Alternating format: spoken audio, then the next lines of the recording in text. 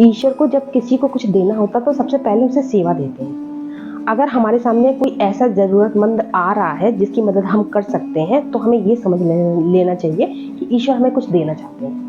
और अगर हम उसकी मदद नहीं करते हैं तो कोई ना कोई तो उसकी मदद करेगा, क्योंकि उस तक अगर मदद पहुंचानी है ईश्वर ने तो हमारे थ्रू नहीं तो किसी और के थ्रू पहुंचा देगा। तो हमें जो देना होगा वो उसको दे देंगे। तो ये तो हो गई संसार की बात, लेकिन इंसानों के साथ ऐसा नहीं है, क्योंकि इंसान का भाग्य इंसान अपने कर्मों के आधार पर लिखता है। उसके हाथों की लकीरें बनती और बिगड़ती रहती हैं।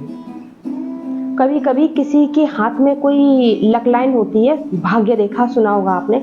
अगर वो अपने कर्म बिगाड़ ले तो उसकी वो लक लाइन भी गायब हो जाती है। कभी भी नोटिस कर लीजिएगा इस चीज़ को, शायद आपने सुना भी होगा।